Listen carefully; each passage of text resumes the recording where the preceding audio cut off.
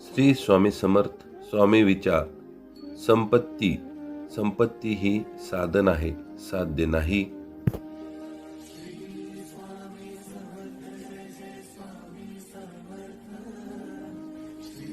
श्री स्वामी समर्थ म्हणायचे की संपत्तीचा उपयोग सत्कर्मासाठी करावा, केवळ लोभासाठी नव्हे.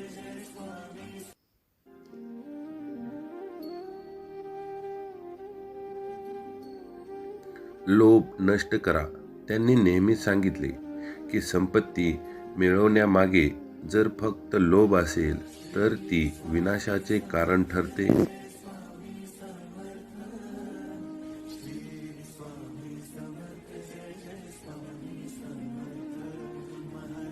दान आणि सेवा. स्वामी समर्थ लोकांना संपत्तीचा उपयोग गरजूंना मदत करण्यासाठी करायला सांगत.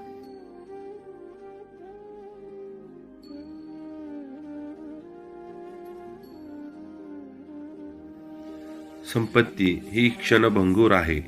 त्यांनी सांगितले की संपत्ती आज आहे, उद्या नसेल. म्हणून अहंकार न ठेवता विनम्र राहा.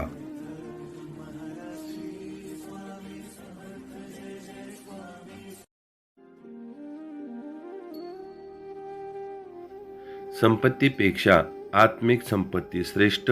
आत्मज्ञान, भक्ती आणि साधना ही खरी संपत्ती आहे, असं त्यांचं स्पष्ट मत होतं.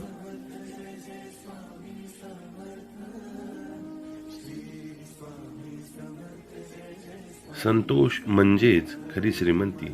जेवढं आहे त्यात समाधान मानणं हीच खरी संपन्नता आहे.